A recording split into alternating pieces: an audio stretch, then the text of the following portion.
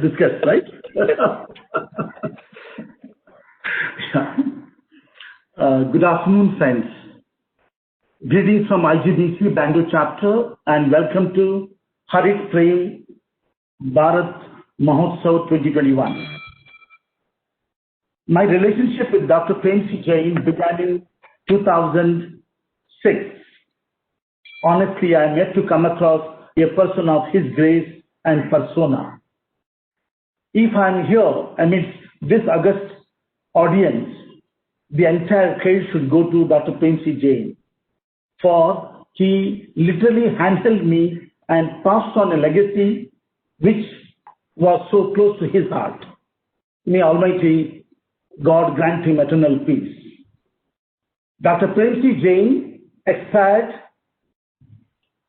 on 20th of September 2018, and the Prem Jain Memorial Trust, which is headed by his beloved daughter Payal Jain, they are celebrating every year, 1 week as a Prem Bharat Mahotsav, and this year that is happening from 23rd of Jain till 29th of Jain. In this regard, IGBC Bangalore chapter came up with the two events, and according to me, both are trendsetters, as the Bangalore chapter is always known for. I must tell you, Bangalore chapter is a trendsetter in many ways. The first student chapter, the first green walkathon, How Green Is My School, and the waves and many others, we started it, and the other chapters, followed. In this series, again, the series what we're talking about, the first event is Dr. Prem Jain Distinguished Memorial Lecture in memory of the, Dr. Prem Jain. This series of lecture will then be continued by other chapters like Chandigarh, Hyderabad, Coimbatore, and, eventually it's like a pan-India event. It is also our good fortune that we have such a distinguished personality like Mr. Suresh Heblikar, the renowned filmmaker, actor, director, a well-known environmentalist, and more than that, a great human being. And the second event is a short documentary film contest, named as Prem Jain Filmotsav. Thanks to Tapasya, architect Tapasya, she coined the word and she has contributed a great deal. Thank you, Tapasya, for your active participation. And this is open for all. And I call upon every one of you to partake in this competition, and also spread the news to your friends and relatives. Best three film will be screened coming Friday, that is 29th of Jan, and there will be cash prizes. And that is going to create a great deal of the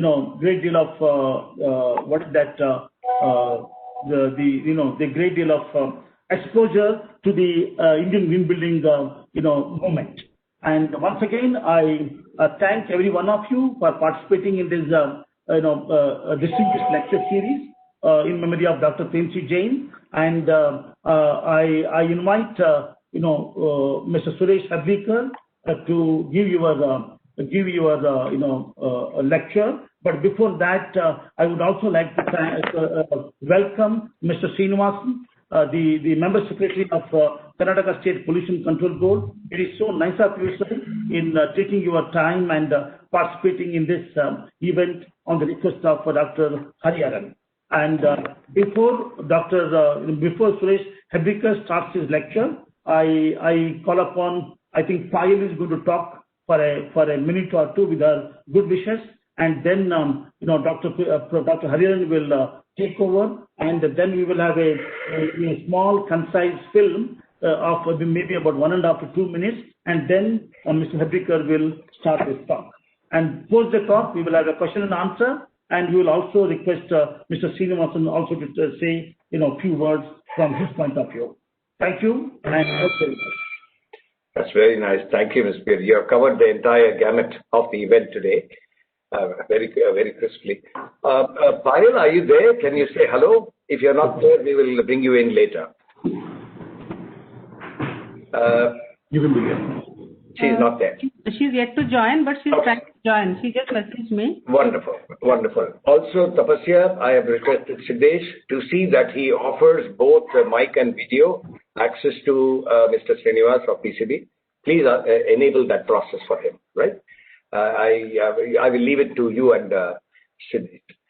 Well, thank you, Mr. Beary, once again. And before I get to asking Suresh to come on to the platform, I will first want to thank Tapasya Das, the architect, Shilpa, Ashoka Prajna Academy, all core committee members who made this event happen. The entire set of creative visuals for not only this event, there you are, Payal. I just got started with one sentence and, well, you have come in now. What I'll do is I'll break here. Syed, Jain, can I request you to speak for a minute or two or whatever you think is appropriate for this occasion, which is the first of a series of 12, as you know. I'd like you to speak for a couple of minutes. Syed, Jain. I've had a little bit of a challenge joining in. Right. Good afternoon. How are you? Good afternoon, Syed. Good afternoon, Syed.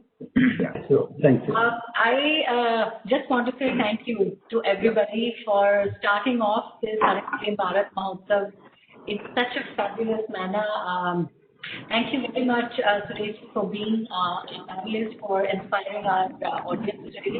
I'm very, very grateful.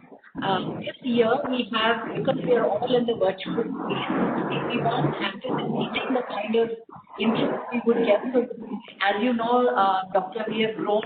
Last year 50 events, this year we are hitting almost 100 events in the country related to sustainability and primarily reaching out to an audience of students. I'm just very grateful to be a part of this. Thank you very much, and thank you very much for having me. Welcome. Great. Anything else you want to add, Payal? You will talk about the trust. It's not for people who are very technical. You know more than I do, so I won't take the time of Sure. Thank you. All right. Well, as I was saying, I must thank all these wonderful people at the core committee of the IGBC Bangalore chapter for making this happen. The idea was begun about 50 days ago. One day Mr. Beary said, this is not on. We need to do an event. We need to try and see how we get something that is physical. We initially thought of doing it at the National Gallery of Modern Art, but then we realized that the auditoriums are all not available, and such physical gathering is not going to be possible. About 10 days ago, I requested Suresh Heblikar, a dear friend for some years, and a man who is a distinguished filmmaker, environmentalist, many caps that he dons. And he instantly agreed and said, and then we said to ourselves, we will see how this becomes, therefore, the first of this monthly distinguished lecture series, which will be a sort of a collaborative initiative from the Prem Jain Memorial Trust and, of course, the Indian Green Building Council of the CIA. Well, this is the first, as I said. We have 11 more cities and 11 more months to go. On the 28th, which is the penultimate day of this Harit Prem Bharat Mahotsav, we are having the Prem Jain Memorial Address. We have had it for 2 years now, 2019, 2020, and 2021 now. And we have 3 very, very distinguished speakers there. And those of you who are interested, maybe you can put it up in the chat box, and Siddesh and others in the IGBC will ensure that you get an invite for that memorial address, which happens on the 28th. And Payal, is that at 5 p.m. on 28th or earlier? The memorial address, Payal? It's at 2 p.m., Doctor. 2 p.m. 2 p.m. That's right, 2 to 4:30. And that's it's a very wonderful event. There is a 3D kind of an auditorium sort of simulated model there, and you will all enjoy it. The Memorial Trust itself was born in less than 60 days of the demise of Dr. Prem Jain on the 20th. I mean, I wouldn't say he really died because, you know, he chose maybe 48, 50, 60 hours before his passing away to consciously liberate his soul from his body, like a good Jain, going back to those timeless traditions of the community that he belonged to.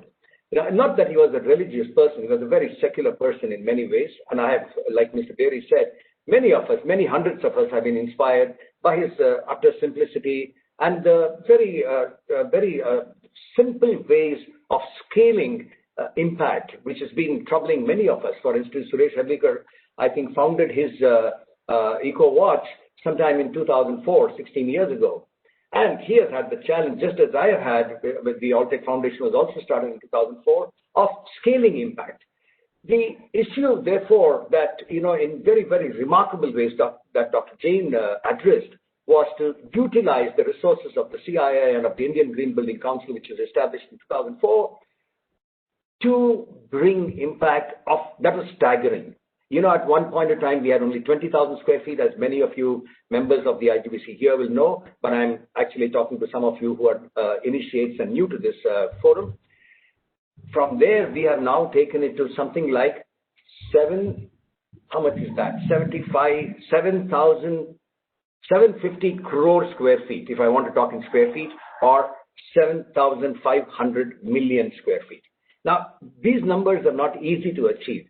When he passed away around the end of 2018, that figure was at about 6,500 or 6,000 million square feet or 6 billion square feet.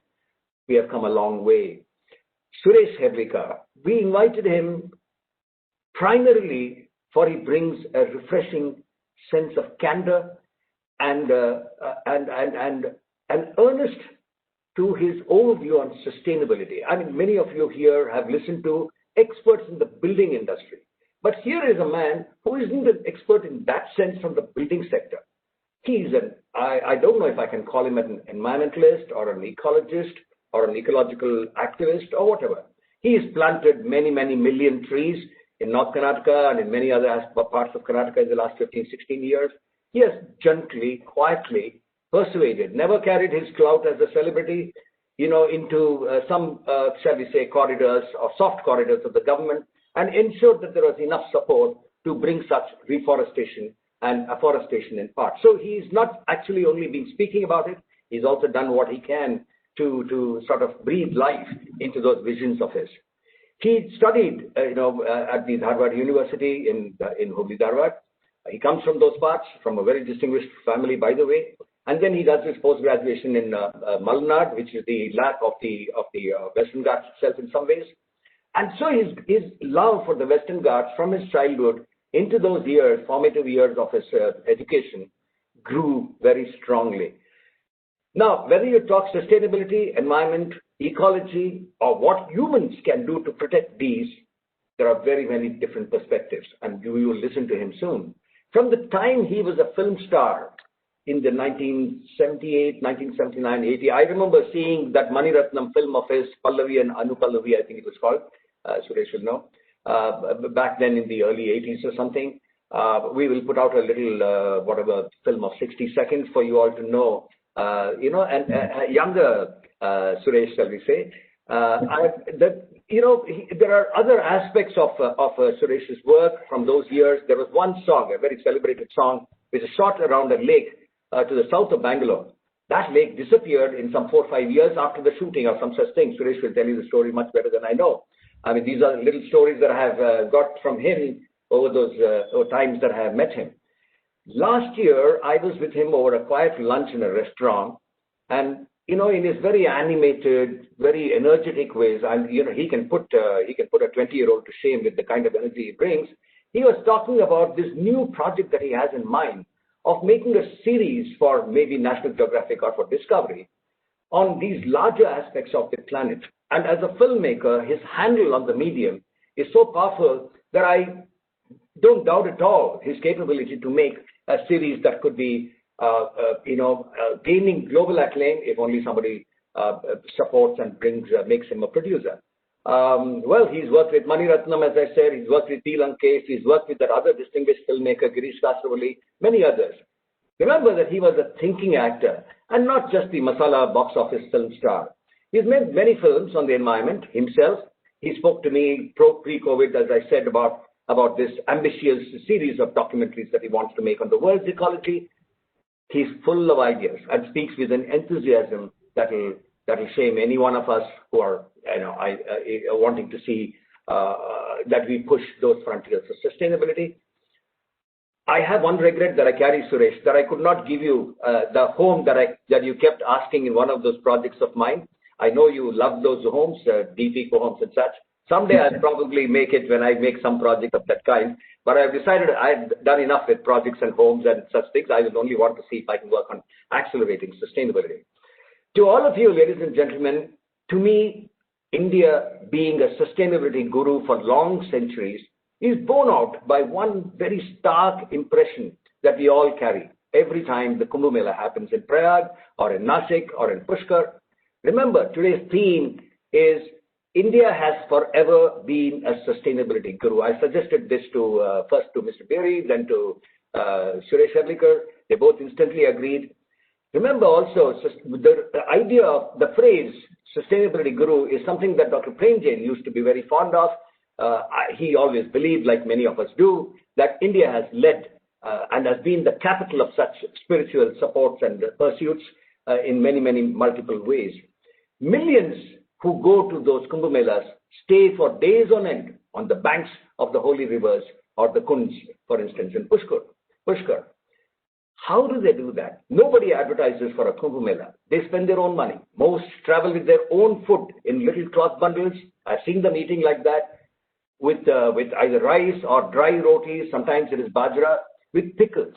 Rarely do they buy anything in the markets around the river bank or the Kund itself. I spent probably 5 to 6 days in Jain once when the Kumbh Mela was happening. I went not because I was a Hindu. I went there because of the sheer spirit and the spectacle of such things that India has celebrated. Hindu is a word that is only 200 years old. 1818 or 1819, Richard Burton, the archaeologist, actually first devised this word called Hindu.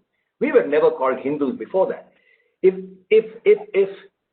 India today has the lowest per capita water or energy consumption at some 1,100 units per day, it is because of these millions, muted millions of sustainability gurus who do it not for want of money, but because it is a way of life that they have inherited from their forefathers and they have bequeathed to their children.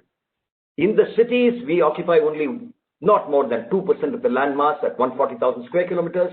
We are, well, about 55% of the people, depending upon who is talking about that figure. And what do? We claim just 10 to 12, 15% of us claim about 80% of India's natural resources. Is this the way we want to go ahead?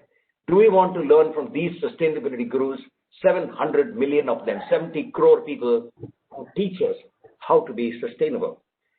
I will stop there. I will now leave the floor to Suresh Heblikar, the filmmaker, the environmental champion, for his distinguished lecture, which is the first, as Mr. Beary said also, of the monthly series from the Prem Jain Memorial Trust in collaboration with the Indian Green Building Council. The Bangalore chapter has, as always, the privilege this time of initiating this pioneering direction on the distinguished lecture series. I must say, as a Bangalore chapter member, that every single pioneering initiative from 2008, when this chapter was born, by the way, we were the first chapter to be born in India for the IGBC, we have been pioneering many such initiatives. We will hear Suresh Heblikar share with us his thoughts, insights, perspectives. Over to you, Suresh. Thank you for being with us. Yeah. Thank you. Can you hear me? Yes, loud and clear. All right. Thank you, Hari. It was a wonderful talk. When in your talk, you said how millions of people go to Kumbh Mela and they eat not just because what they are given, but by way of tradition, by way of what we call in India sampradaya, which is the most important word for life, culture, and society, and how they eat little food and they can, without being hungry, they can sustain their lives for millions of years that has been going on in this country. So today we look at the world where people are talking about sustainability in terms of society, in terms of economics, in terms of culture, but less in terms of environment. This is where I just wanted to butt in and say that it is the basis of environment on which our human society is based. Our cultures emanate from the kind of environment that we have. Now, if you look at Punjab, if you look at Kerala, if you look at Karnataka, if you look at Tamil Nadu and so many other states, where there is a distinctly different kind of food and clothing and even the kind of architecture, because we have different atmospheres. In Kerala, if they eat more of fish or coconut and the boiled rice, it is because that is a place where that kind of atmosphere, the temperatures prevail, and they compel human beings to eat that. Similarly, if you come to Karnataka, North Karnataka, we eat jawar, we eat bangan, we eat more of chilies and more of onion. It is because North Karnataka is a place where the temperatures play an important role. We have what is called an Ecotone Belt in Karnataka, especially in North Karnataka. That is the place which starts from the cross from one Hariharan, Tungabhadra, and ends up to the Malaprabha River in Belgaum district. Malaprabha, which takes its origin in the Kunakumbi in Khanapur, which is surrounded by very thick, enormous evergreen and sub-evergreen forests of the Western Ghat biodiversity hotspot. It is between these two rivers, it's about 200 kilometers and about 45 to 50 kilometers width. You find about 4 ecosystems which nestle with each other, which merge into each other. That's why it came to be called as Ecotone Belt. But unfortunately, not many environmentalists nor the forest department is aware of this kind of an ecotone belt which exists in India. Nowhere else in India, nowhere else in the world, except in Canada, where the prairies meet the forest, you will find this kind of a land which is so fertile, which is so salubrious, which is so nutritious in terms of having soil, humidity, relative humidity, air, and the kind of water and the lakes that we have.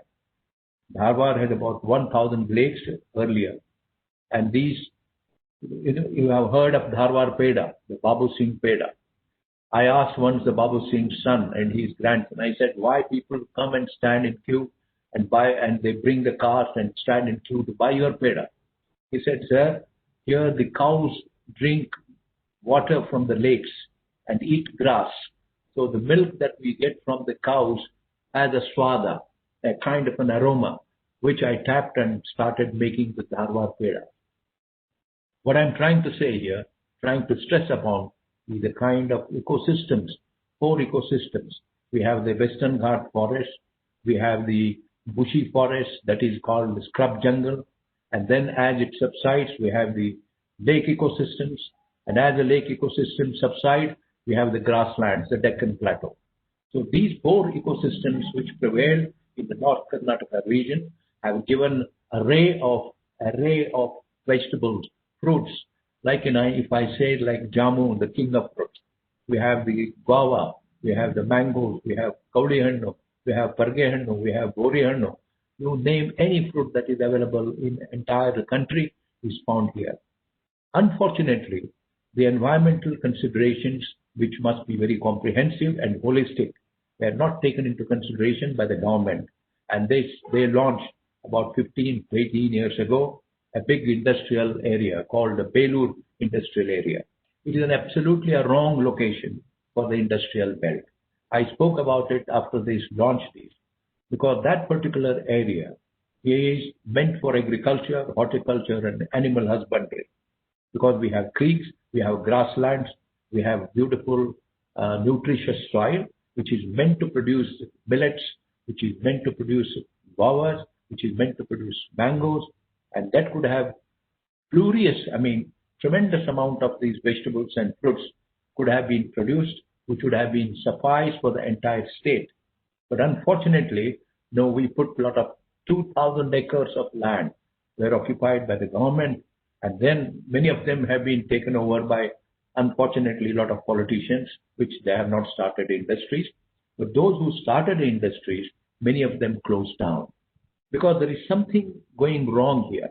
Because when we want to talk about sustainability, there's a sustainability, guru sustainability, which Hari wanted me to speak about. See, here, we did not take into consideration the basic requirements of industry.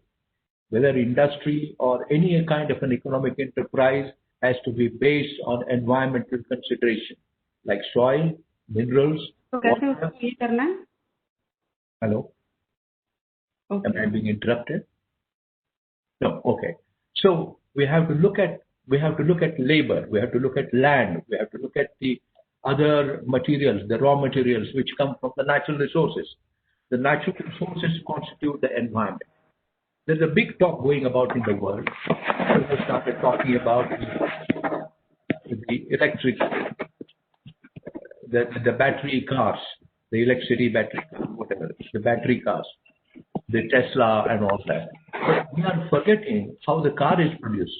You need the iron, you need aluminium, you need plastic, you need manganese, you need so many other minerals. You have to produce anyway. Only thing is we are not going to use fossil fuel like the diesel or the petrol. Maybe it is a battery which is going to pollute more and which is going to be extraordinarily expensive. Whether the people will be able to buy it is a thing. And then the rest of the production of the car itself is going to put a lot of stress on our environmental resources. So we have to consider this. So there are 4 elements like human, social, cultural, and environment when we talk about sustainability. Now, everything I would like to bring it to environment because from particular environmental assets. We drew our culture. We drew our society. Siddesh and Siddesh and all the rest of you, please mute because we are hearing you and it's interrupting Mr. Heblikar. Yeah. Sorry, Suresh, apologies. No, it's okay. Yeah. So we have to think comprehensively and holistically about environment. It is mud, it is water, it is marsh, it is anything. So these are I was talking about the Ecotone Belt of the North Karnataka region, which made that place very, very prosperous. When we talk about prosperity, again, which is very ritualistically, routinely used in the Indian expression, that become prosperous. This prosperity itself is going to bring down the environment. Let me tell you that, because when we talk about prosperity, we have in our mind clearly the materialistic civilization. Prosperity comes from buildings, from cars, from money, from gold. Well, all these things are needed. We have to understand there is a very sensitive line between need and want. The industries have created tremendous amount of wants, but we have to consider whether we need them. If you go on considering, you go on using the products which only you need, then perhaps there is going to be a certain amount of balance between ecology and economics. Because this ecology and economics are very important subjects to be considered. But when we talk about civilization, when we talk about economy, when we talk about prosperity, when we talk about jobs, we always hold in the back of our mind this economy means industries means material civilization. It is a culture. Mr. Hari spoke about how this, the Kumbh Mela, millions of people go there. They eat little bits of roti, little bits of whatever is available by way of tradition, which they have been doing it for thousands of years. And that has sustained their lives. We have to understand it because nothing sustains. In our mind, what we have been talking about sustainability is that, whether the cars that are produced, the telephones that are produced, the buildings that are produced, so many other products, the tangible ones, are they going to remain? Are they going to be relatively available for the whole humanity? We have to think about it. Because right from the civilization, which started, thousands of years ago, that people were moving, food hunters and gatherers. When they shifted from one place to another, slash and burn, started happening. And they came back to a place where they had found out the same kind of agricultural prosperity or agricultural, residues which were available for them to survive. That means it was a surplus economy which made them settle at a particular place. It was a surplus economy. Although I am saying that economy need not be considered, but humanity as such, because for human mind, what is important is this desire and then security, then legacy, which you start, which you all want children, your grandchildren have to survive. That's why you build a house. You have to have wealth, you keep it in the bank or Earlier, we used to keep money elsewhere, wealth and gold and all we used to keep in the hidden places. But today it was not there because saving today is investment. Saving today is income. That's why we save it in the bank, and then the bank gives you whatever interest and all that. So now, anyway, so I have to think about how the Indian economy, if we are thinking about sustainability, apart from what you spoke about the Kumbh Mela or so many other traditions which have been going on in India for a long time, which have, for instance, there are millions of people who follow certain spiritual lives. They spend their times in the forest. But I remember meeting a young Swami of just 18 or 19-year-old boy who came from Himalayas when I was just about 14 or 15-year-old boy in Dharwad. He came in search of my father. My father had passed away at that time. And then he stayed in our house for a couple of weeks. He used to eat the grass seeds. He took me around. Our house was surrounded by beautiful mango garden, by beautiful guava tree, by drumsticks, and then lot of grassland. And he picked up the grass seeds and he powdered it. He added a little jaggery and he made small, round like balls of this. And he would eat about 4 or 5 in the morning, 4 or 5 in the afternoon, a couple of 2 or 3 in the night. And my mother said, "Oh, fellow, he's only eating grass seeds. How can he survive? Ask him to have little rice and dal and all that." After 50, he said, we are used to going into the forest and we can't think of breakfast and lunch and dinner because when we fall deep into meditation, we begin to think about many things. Our rivers do not really require so much of food as you are used to having breakfast and lunch and dinners and all that. We don't require that. No, we require the human mind to be completely stable, completely devoid of all these desires. That's why we could think more, we could meditate more, we could philosophize, whatever. So this, right from the beginning, I was thinking of this kind of a spiritual life. Not that we have the spiritual gurus here in India. Many of them, they appeal to me at all. They don't appeal to me because we have seen the gurus who lived in the very sparse, commodities like, their small chapels and their just one, piece of cloth around them.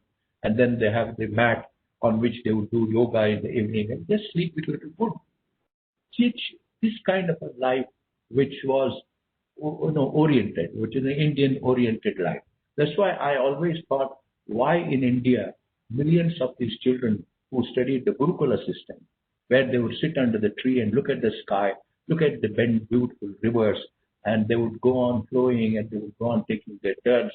And the kind of a vision which started, sprouting in the human mind, it gave them the idea and the knowledge of mathematics, philosophy, and vision of life of the world.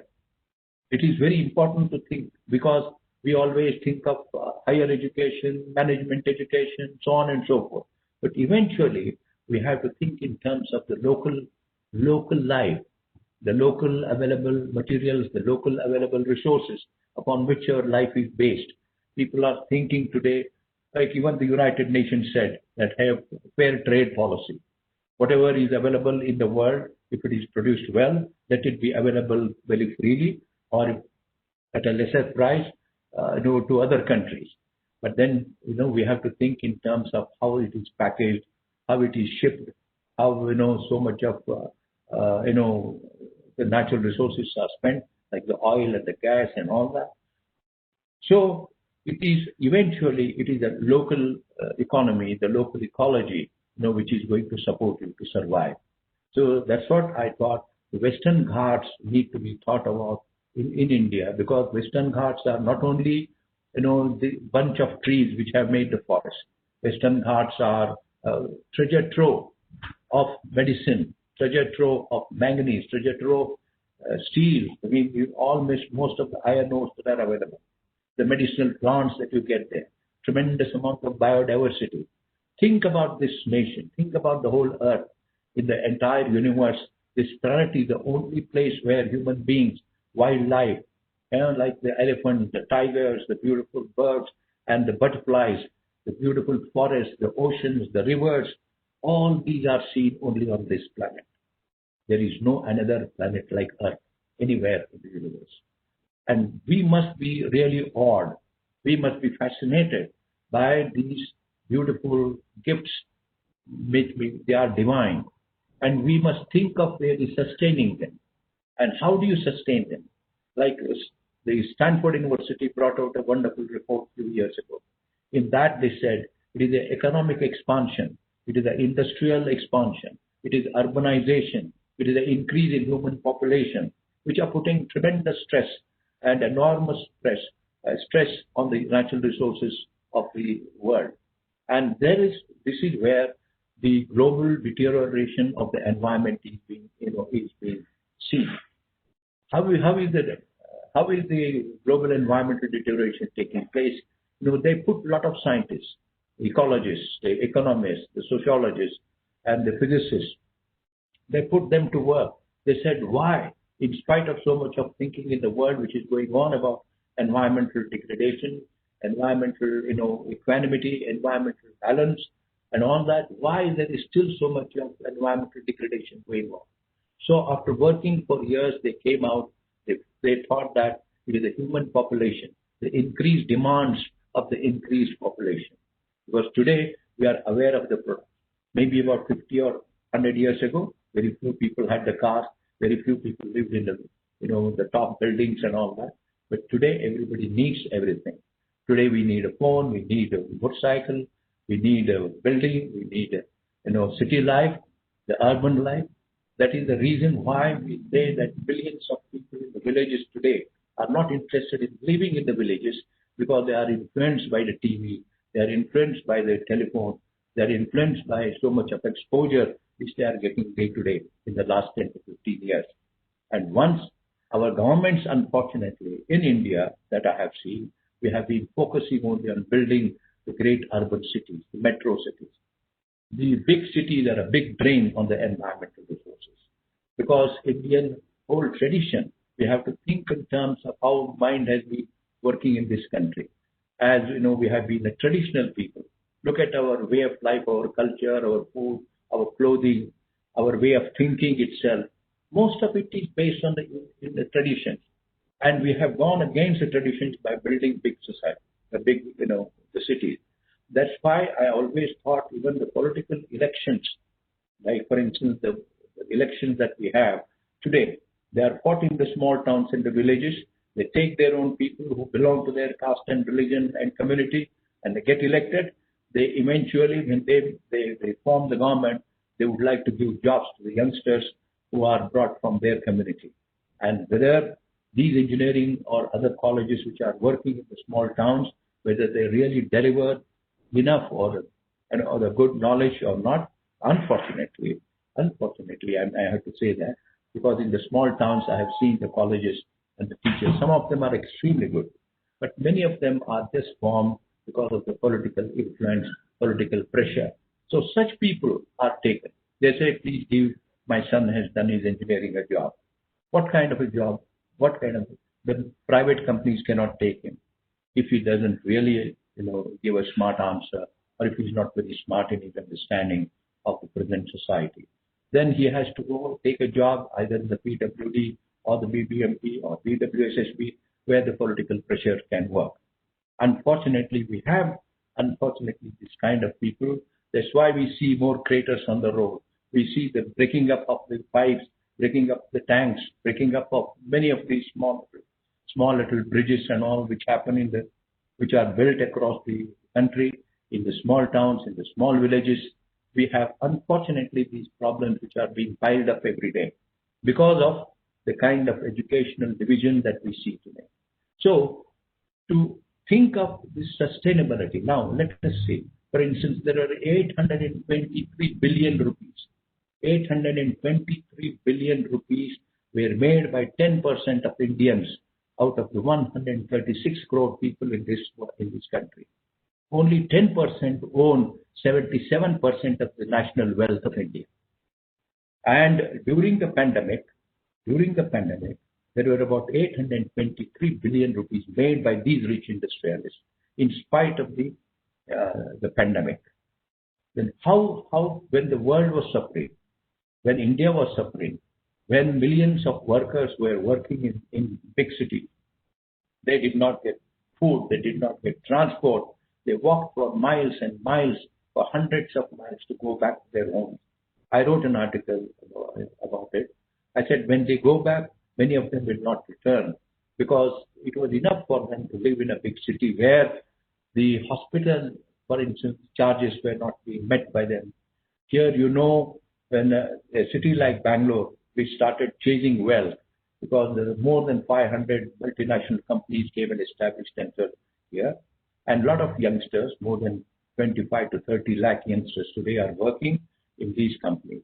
They are given cars, they are given a lot of facilities. For instance, today economy is weak in India. It is not even growing, it is recovering. Even recovering sometimes is not happening. It is because of in 2014, the liquidity prices, the prices of a lot of our commodities was crashing, including the oil. And that was a time which across the world, across the globe, we had to recover our economy. That was happening in India. It happened in 2015, 2016. But in 2017, the demonetization took place, which was followed by the GST. And these two things, they hit very hard the small and medium type enterprises of this country. They are a backbone, the medium type and the small businesses of this country. You can just go anywhere. If you think of the vendors and all in the streets and all, that is a fact of the economic life of this country. If there was a black money in Mumbai, which was considered as a financial capital of this India, a lot of black market was going on in India, but the money was not held in captivity. The money was in circulation all the time. The money was in circulation. But the government was always thinking the taxes are not paid. Many people said, why should we pay the taxes? The taxes are paid and the politicians, the bureaucrats are using it for their own, tremendous life. Why should we pay the taxes if it is not going to be put into the developmental schemes which eventually will benefit every common man of this country? So there have been this kind of economic, social life which is ripped apart in the last about 15 years in this country. Could we really be a sustainability guru for the world? Well, in terms of spirituality, in terms of what Mahatma Gandhi said, what Einstein said, what Chalakya Kalyanam, this Chanakya Kautilya said, these are all great administrations, no doubt about it. They have said wonderful things because nobody said much about environment as such, because environment is critically a subject which is very, very delicate, because we have to use, the moment we are born, we start using water, we start using clothes, we start building, a lot of things which are required for human life, for existence. They do make an impact on our environment. So nobody has really tried to say this, but only one thing, our Mahatma Gandhi has been quoted by any of the great ecologists or environmentalists or even the university reports. So Stanford University, when we brought out the report, they said how you address eventually the problem. You are talking about global deterioration. Yes, it has happened. But how are we going to address it? Are you going to stop production? Are you going to stop the economic progress that is taking place? The university said there are three people in this world: Thoreau, Schumacher, and Mahatma Gandhi. Schumacher, who wrote Small is Beautiful, and that was a fantastic book in 1973, which was brought out by the Oxford University. Though he was a German, he studied economics. He said that the small projects, make your projects around the communities, not around corporations. This is what he said. And in big projects, our money is squandered, our resources are squandered, our peace is lost, our intelligence is lost. Not in the small projects. You could always handle, you could repair, you could make the projects run. If with this intelligence, with the skills that you have, is available for you, and you can always go on small projects that are more sustainable. Mahatma Gandhi, his life itself was a great example, because then Gandhi, who did not promote big industries, who promoted khadi, Khadi is a product which empowers millions of women, which helps agriculturists to be well, and which is a product where where not much of chemicals, nor electricity, nor water is used. That's how Khadi is. Today, yes, we need fashionable clothes, designs and all that. Yes, Khadi is made available for these fashionable people. You can even mix a little bit of heroin and make it more stable. You don't have to really worry too much about, oh, Khadi's crumpled cloth and so on. Yeah, our thoughts have to go, our technology has to go. Another most important thing, which came in 1972, where the MIT students were representing their institute in 1972, where the first the environmental conference, the Global Environmental Conference, took place. There were certain scientists who perhaps wanted to promote the production and consumption. And these production and consumption patterns of the world today have brought down the environmental, balance or environmental, whatever you can call. So these students said that whatever modifications you might think of bringing about in the environment and in the scientific interventions, we will be interested in bringing about the scientific interventions with modifications and to help the consumption and production of your economic goods, industrial goods, whatever. But they said that there is a limit to growth. Nothing can be relentlessly produced. Nothing of these activities, economic activities, can go on relentlessly, can go on eternally. No, there is a limit to growth. So it is important that 1972, the best students of this MIT, they said this. Later, about 8 or 10 years ago, the Stanford University brought this report. And then the United Nations, of course, does not have many experts in terms of speaking about environment and how it affects the production and consumption and the life of the people. Mind, that is very important. Even Einstein said about biodiversity. He said, if you really destroy biodiversity, the human population will survive only for a few years, which is absolutely true. There may be some artificial pollination which may go on, but artificial pollination is also endemic. In the sense, it is only confined to a particular society where the particular food is being produced and they will use the artificial pollination. It may not be available for the whole world. So we have to think in terms of how environment was created, how beautiful biodiversity has been created, how these Western Ghats, the Amazon forests and all.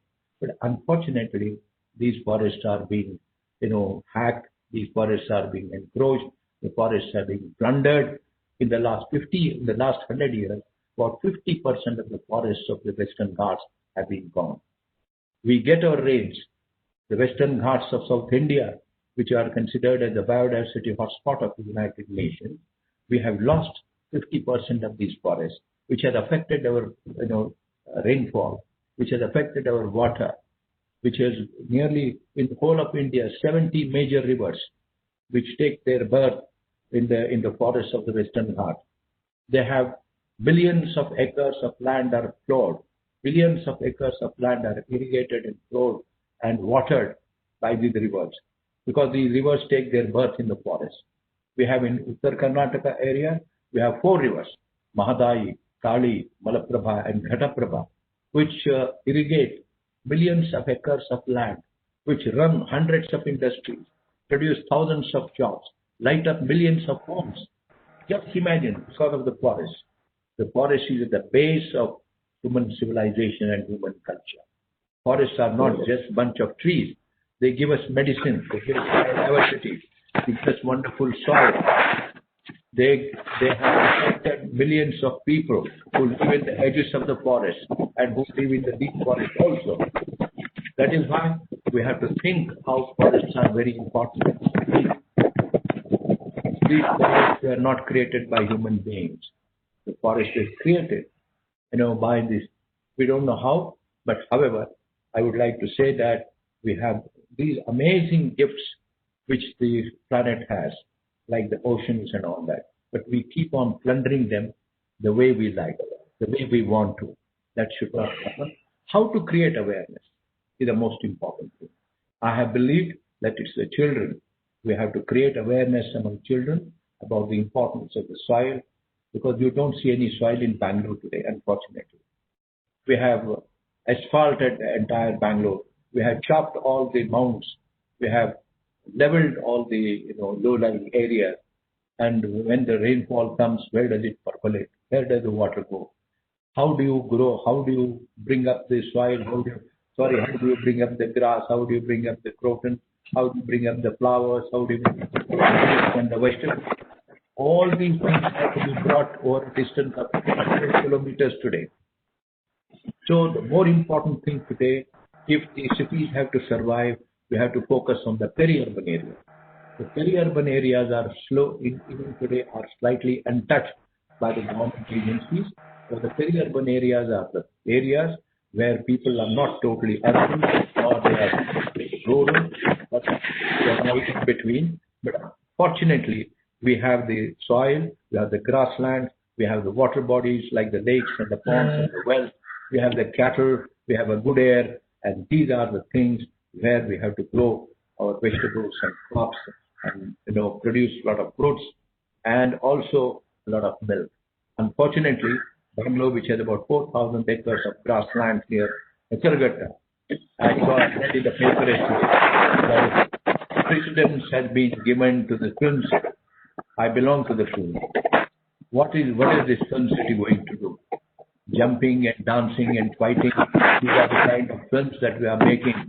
For this, you are sacrificing thousands of acres of grassland, where about the milk dairy of Bangalore produces 85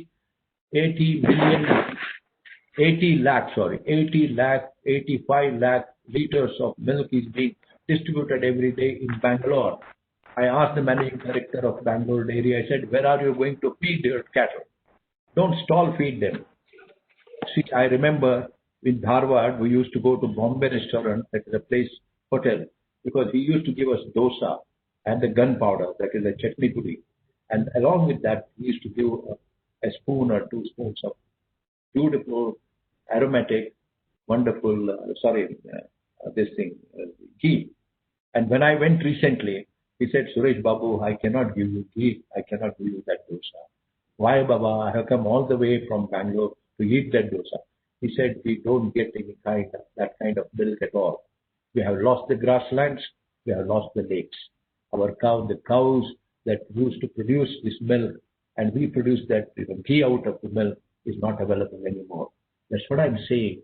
Sustainability is becoming eventually and gradually a big problem, a big issue for anybody.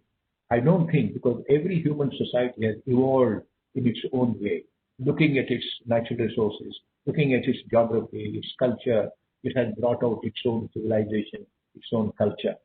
So it has certain standards, So one need not replicate what is good for another society. Because the temperatures, the culture, and the kind of the social norms, they differ from human beings to human beings. They differ from society to society. But certain things, like as you said, the yoga, like for instance, the little food, and not compromising with this kind of life that we have lived in our country. So these are things which automatically will be followed. Automatically they will be liked and lived by other people. They will be copied by other people to survive in their life. For instance, we have to retain our environmental resources. Don't think that these environmental resources are going to be rejuvenated. We only talk about rejuvenation, recycling, reduce and all that. Reduce is yes, not recycling and redesigning. All these require a lot of energy. Although we think of producing by using alternative sources of energy, like light and wind and biomass, but eventually we will also predict, because that will take a lot of time. It will take a lot of time. Until then, if we have to retain our environmental resources so that we can retain a lot of our culture, a lot of our traditions, because we cannot live without a culture. I'm sure about that. Where a culture comes to us the moment we are born, the moment our parents and the heritage comes with us. It is not just copying or heritage, copying the culture. It is there in our genes. It is produced there in our mind, in our heart, in our genes of this. So if we have to think of Indian traditions, Indian culture, which are much greater and which have created like great systems, like for instance the Kumbh Mela and things like this. There have been beautiful traditions where, for instance, the Ekadashi, that every week, one day, you go without food. It is good for the human body, it is good for your mind, and it is good for culture. So even our great Prime Minister, one day when he said there was less of agricultural produce, he said, let us go, riceless. And the people believed because he was a very great man, Lal Bahadur Shastri. We can go without rice, let the rice go to the Jamans. That is why today the farmers' protests are going on. They say, Jamans are with us. We will continue the protest until the laws are repealed. We will not stop this. Because we have to think how this topsoil, which has taken hundreds of millions of years to be produced, 6 meters of topsoil. If the topsoil was not there, I wouldn't be sitting here and talking to you. There wouldn't be a bird, there wouldn't be a tree, there wouldn't be a grass, there wouldn't be any kind of environment on this earth. It is the topsoil which has created a wonderful life on this earth, which we have to think of, retaining, which we have to think of respecting. Otherwise, if the topsoil, see, that is why the big cities today are suffering. We don't understand. We only think in terms of raising elevators, raising the metros, raising so many. You want to, just go in a train and look at the kind of the mountains that have been chopped, because the train requires hundreds of billions of tons of stones which are crushed and which are laid along the railway line. Where do they get the stone from? And it requires sand, which requires mud, it requires a lot of stones from the mountains. These mountains have been created. They save our topsoil, they save our grassland, they save our wildlife, and they cut the fast-growing wind and protect our agricultural fields and horticultural produce. So they do a lot of these things. We have gone on perishing them, we have gone on chopping them just to make money. So this is some university said, the chase for affluence. You want to become rich fast by making just commissions and things like this. Okay, yes, fine. But if we keep on doing only the kind of work that brings you money, then we do not think of environment, we do not know how people are surviving, it's going to be bad. Even a country like India, as I said, where 10% of the people own 77% of the Indian wealth, which is a bad thing.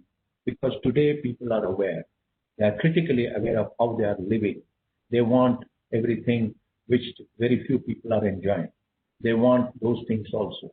Today, millions of youngsters are migrating from the villages to the big cities because their mindsets have changed. They have the mobile phones, they look at the TV advertisements, the marketing advertisements, which ham their minds, and they sit there, they cut the grass, they soil their hands. They said, we don't want to soil our hands anymore. We don't want to go on cutting the grass and feed the cattle. Even the girls are not ready to marry the boys in the villages.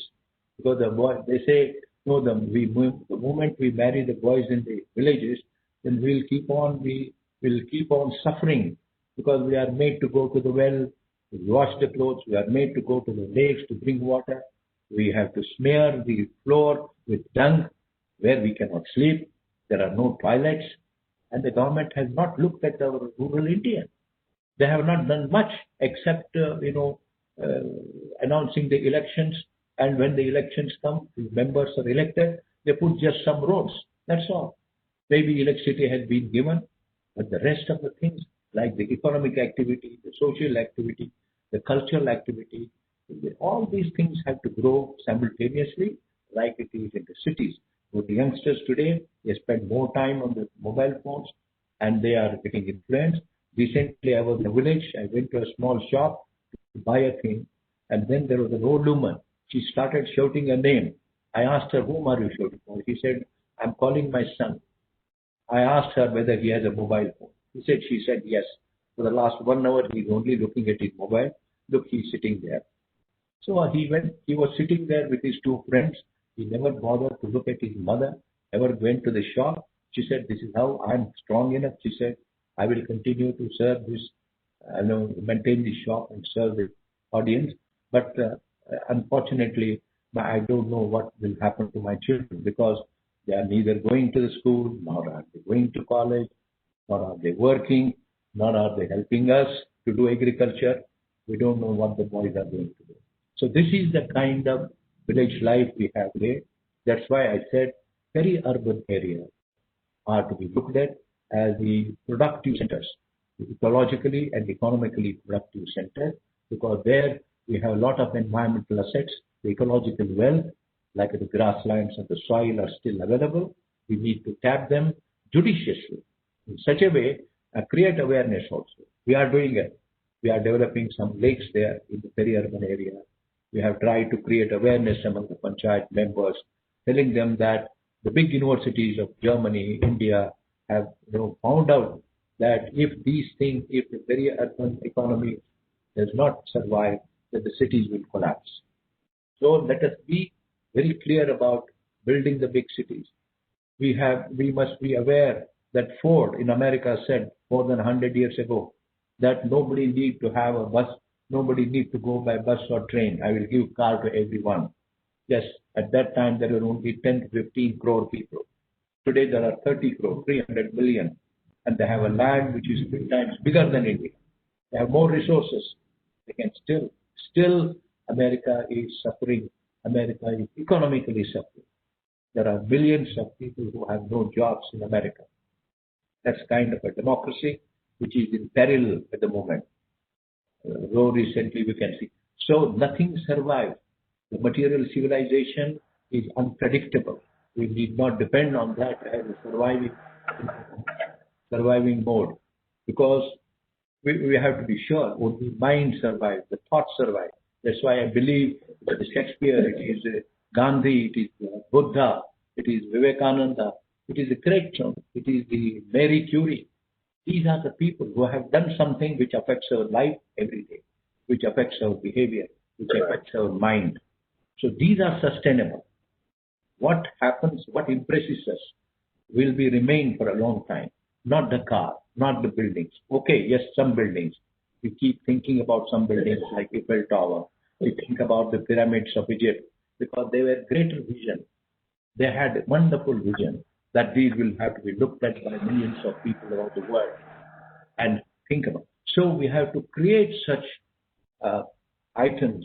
We have to create this psychological, conditions in the human beings that what we say is right. For instance, we keep on talking about Gandhi. As I said, the khadi which there does not use chemicals, does not use electricity, does not use water, and the women keep on yarn, taking out the yarn. They have their economic employment, and they also take care of the men because who grow a lot of cotton. So these are the things which we need to look at in terms of sustainability.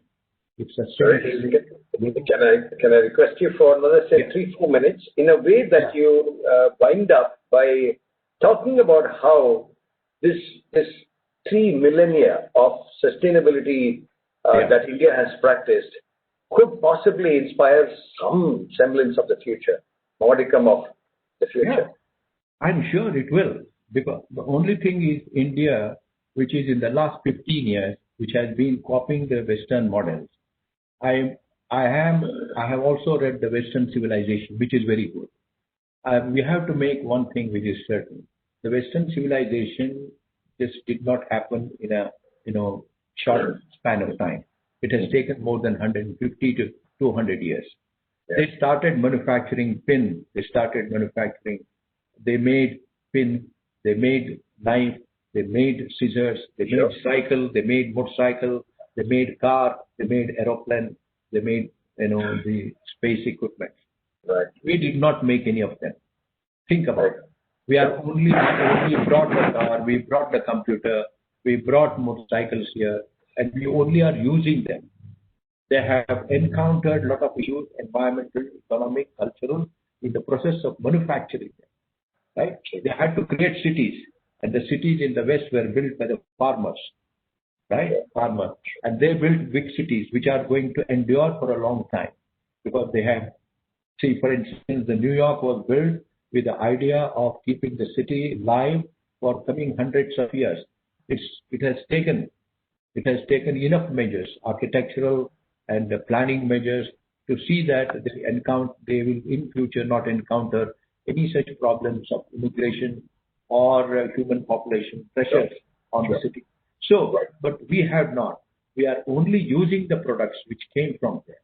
Okay. We have a problem of throwaway. We just use and throw. We are creating a lot of waste. We are creating a lot of these things. There is also corruption because of this. The corruption is also because we want a car, we want a phone, but we do not want to work hard. We do not think of the kind of work that was put in by the Western civilization. It was necessary for them, for many of the cold countries. They had to invent, steel. They had to go for mining. They had to manufacture many products to survive, and not that they use, the cars and things like that the way we think they do. They don't. They walk. Many of the countries in Sweden, Denmark, and all that, they cycle about 70%. What I'm saying is, there are many countries which sustain, themselves by using the kind of resources in such a way that they will sustain their lives for a long time. But India will also, if we do not think in terms of building the cities, if we look at the rest of the attitude, the rest of the society, like the small villages, the small towns, where, as you said, traditionally people have been used to a certain way of eating, living, drinking, water, whatever it is. If that is the kind of life, if we want to focus with certain technological, of course, mind is something it cannot stop suddenly. We have to use technology, but in such a way that these things are not going to be a big drain on our environment, and we live a much better life.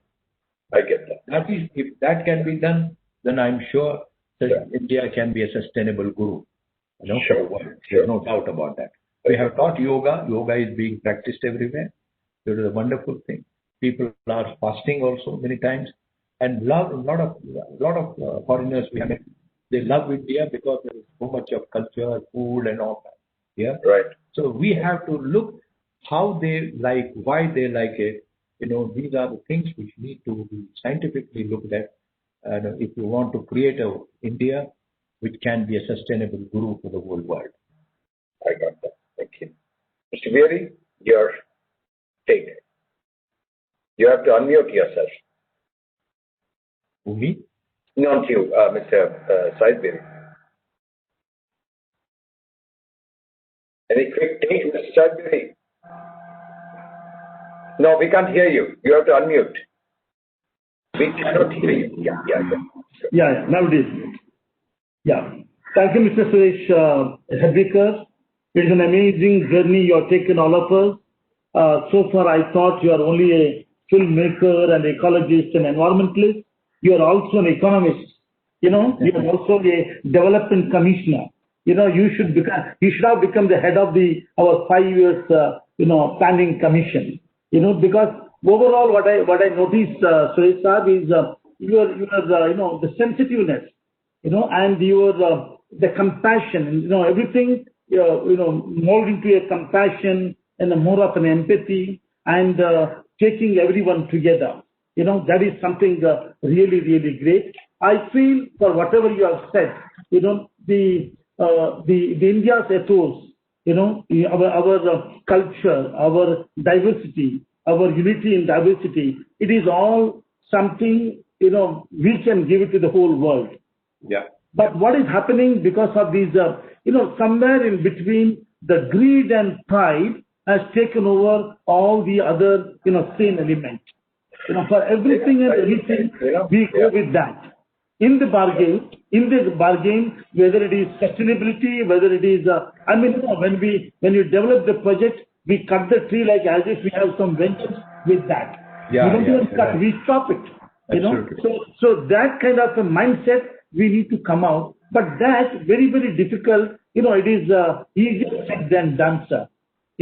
because the mindset today is all of a avariciousness, amassing, and it is all me, my and myself, There is no we factor, Forgetting that everything boils down to sharing. So you are talking about the contentment. In Kannada we say nemadi. The contentment will come by sharing, not by amassing. So right. that has come from both ways, from top down and bottom up. And unfortunate factor is the gurus and these mullahs and the religious heads who are supposed to teach us, unfortunate, very, very unfortunate. I'm not saying all, exception is always exception, but generally, most of the people, they're also in the same rut. They're also in their own self-centered kind of a thing. So sharing has taken a backseat. Small thing, like, how to become a minimalistic approach. Right, you're right. Whatever is that. Second is contentment. And I feel that is the key, sir. Yes. Until we have that self-contentment. And then we must take inclusiveness. In my inclusiveness, it is not only the people, the flora and fauna, the animals, the environment, everything is included. And that only India can do it, provided we do it in that clear concept. Unfortunately, we don't see that now. Let us pray to God. And but I thoroughly enjoyed your talk, Heblikar. Honestly, may your tribe increase and God bless. Yeah, Mr. Beary, Mr. Beary, I wanted to tell you one thing, that I'm really impressed by your attempt to start this series of lectures, and especially, as you said, Dr. Jain, who thought of the green buildings, because the green buildings are really sustainable. There is no doubt about that. Because even whatever repairs and renovations that you'd like to do to the green building, it can be done, as you said, in a minimalistic way. For instance, the kind of the structures that we see along the coast in the South India, there is more than about 2,000 miles from Goa to. You will see that the kind of structures which have been created have been sustained there for hundreds of years. Hundreds of years. They have not used steel. And there are many things which I wanted to quote, but for want of time. For instance, I just want to say one thing. Bamboo is a thing which we have to look at, because since you are interested in bamboo, there is Agartala, especially Agartala bamboo. If you twist it and put it under pressure, it becomes like a wonderful wood, like a steel. It is also So if you look at this in the green building concept, if you introduce the element of bamboo, it will go a long way in sustaining these buildings. We are doing that. There is another gentleman here in the group. I don't know if he's got mic access. A man called Beary. There's another man called Chandra. We are doing some good work. Great. Wonderful. These things will happen. You have a question, Suresh, from a person called Raghava. Yeah. He says, about the great values of the yesteryears, which contributed to sustainability. Somebody has to mute. There is some noise that is coming. Shall I mute? Not you, somebody else who's got some scratching noise. I was getting it throughout. I was getting a little. I don't know where it's coming from. I thought first it was mine. Anyway, he says, as you mentioned to you, Suresh, he's saying, you mentioned, most of us have forgotten those traditional values. Where do you think, he's asking you, where do you think it's the line? How do you foresee? Where do you think is the line? How do you foresee the scenario on sustainability? How do you see the scenario on the scenario of sustainability? You see, anything that happens for some time, because human mind and our societies are such that anything new that comes, that will fascinate us for some time. Yes. But we get fascinated, with many of the new aspects, with many of the new facets of our technological or whatever life. But we soon get fed up with those things also. We eventually will fall back on the pattern of life that has been laid for hundreds of years. So the world also will think it the same thing. I met one American long back. He had come to address the wildlife conference. He spoke about his grandfather, who used to take him in an old Ford car, and he would stop at some places wherever. And this young boy said, I don't know why my grandfather is stopping at some places, only there is grass. He told him, this grass, he said, this grass is so beautiful. Yeah. This grass brings a lot of moths, a lot of butterflies. And he said he started remembering all that when he was addressing the wildlife. Right. He said, my grandfather was so good. My grandfather had learned so much. This is exactly what Thoreau, the American who wrote a golden book, Golden Pond, which is considered the Bible on environment, although he didn't study or speak about it. See, when he went to the city, after living in the city, he got fed up, went to a small town, built his own small 2-bedroom house, and lived there for the rest of his life. Lost capital. Lost capital. Exactly. Right. So he spent his own money to publish a book. Correct. 18 years later, after he dies, that book became a kind of a hit. Amazing. Many more people bought. Because he began to cultivate fruits and vegetables in just 2 acres. He said there was so much enough. I don't know why I spent all my life in the city, he said. And when he was walking about 1,000 kilometers, many people asked him, why are you walking, sir? Why don't you take a car? If I didn't walk, how do I look at the moths and the grass, and how do I look at the soil that brings so much of pleasure into my life and sustains my walking? To all of you there, let me tell you. This is what this is the answer to Mr. Agarwal. I agree with you. I know when you talked about grasslands, I've said so many times now. To all of you, I must say, take a short ride to Hariharan. Turn right. That road goes to Beary. Go about 50 or 60 kilometers, you will find a small town called Chalakere.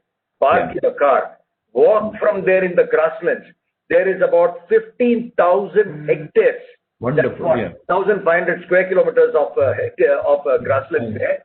If you look at your Karnataka map, you will find this large, green body there, like the grassland. As a matter of fact, when you look at Sharavati or the Bhadra sanctuary, you will see large water bodies on the Karnataka map. Right. Here you will find a grassland map. Please walk there. I did once, Suresh, about 8 days we walked in the grasslands. Nothing there. Absolutely not a single tree in that Chalakere grassland. What a phenomenon, naturally speaking. Absolutely. So I must say we have the small animals, like for instance, we have the owl, we have the, what is that beautiful bird? We have the beautiful big bird. Anyway, the grassland bird. There is Rajpal here. Rajpal also is friendly honest. He's from the second conservation. The deer herds. Sure. The deer herds and all that. They are all confined. They all belong to this grassland. They are beautiful families. And the grassland is extremely good for saving the water, groundwater. Oh yes. We must take to grassland conservation at EcoWatch, and we will see what we can do to support you. Sure. I will make, if I may, I will make only 2-3 small notes. Look at this. Look at this wonderful tour he has taken us from 1860 and David Thoreau to Aldo Leopold to Patrick Getz, 1915 to 1925, and urban planning. And then, of course, to J.C. Kumarappa. He didn't mention Kumarappa, but he talked about Gandhi and, cooperatives and so on. Alvin Toffler, 1970, The Future Shock. Schumacher, 1973. Rachel Carson. He forgot to mention Carson. I know he's one of those great fans of her book, 1964. Paul Hawken, 1994.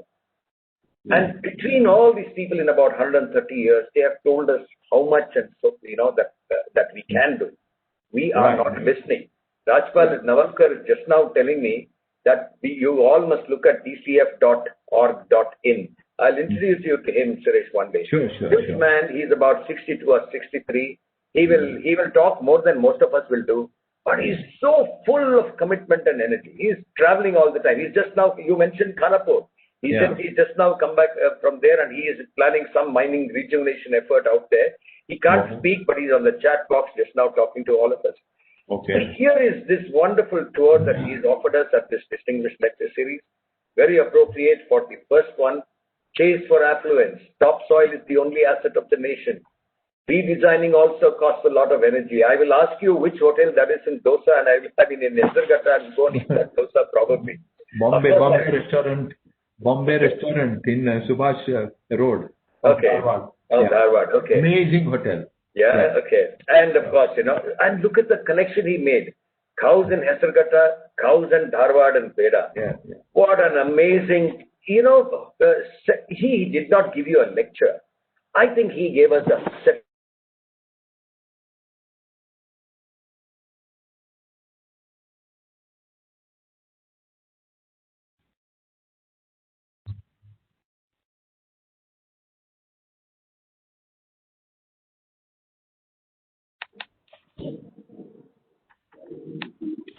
What happened?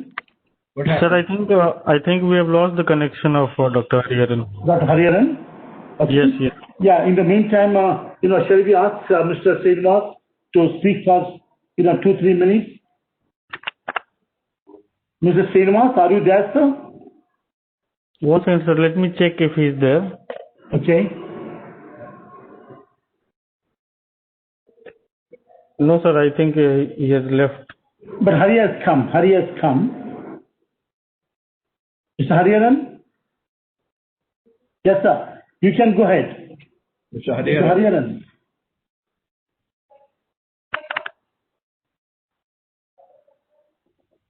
Hari?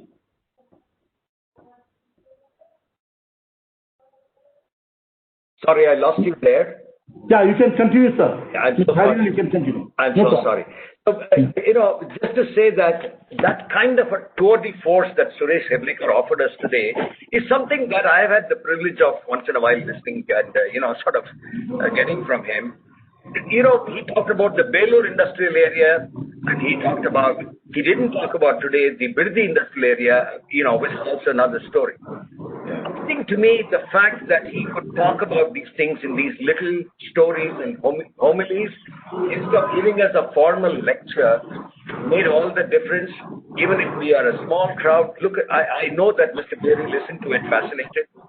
Suresh, let me also assure you that this conversation is recorded and will be made into smaller kind of short, movies like short films like, right.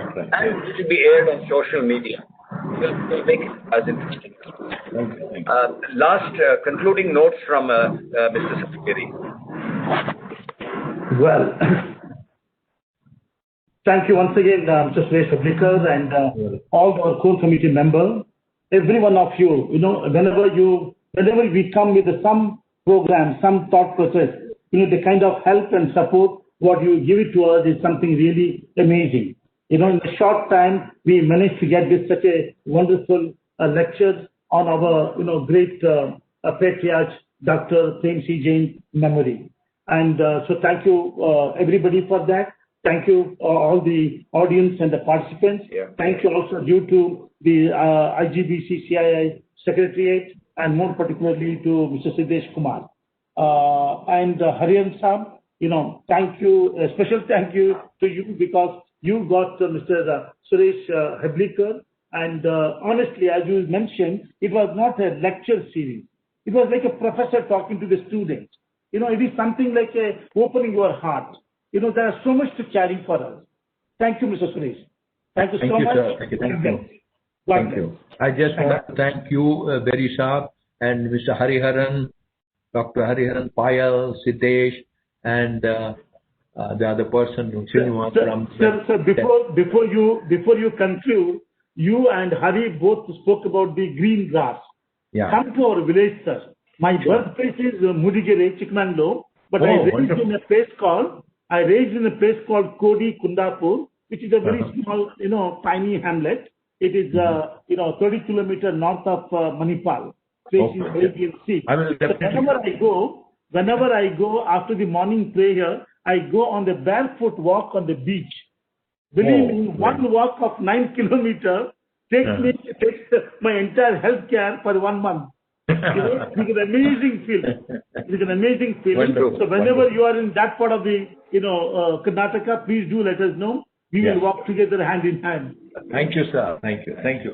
Thank you so much. Thank you so much to all of you, particularly to Tapasya, Shilpa and others, Ashok, of course, for making this event happen. Yeah, thanks again. Thank you, Tapasya. Bye. Yeah. Thank you, Tapasya and Siddesh. Thank you. Thank you. Thank you, Suresh. Thank you. Yeah. Yeah.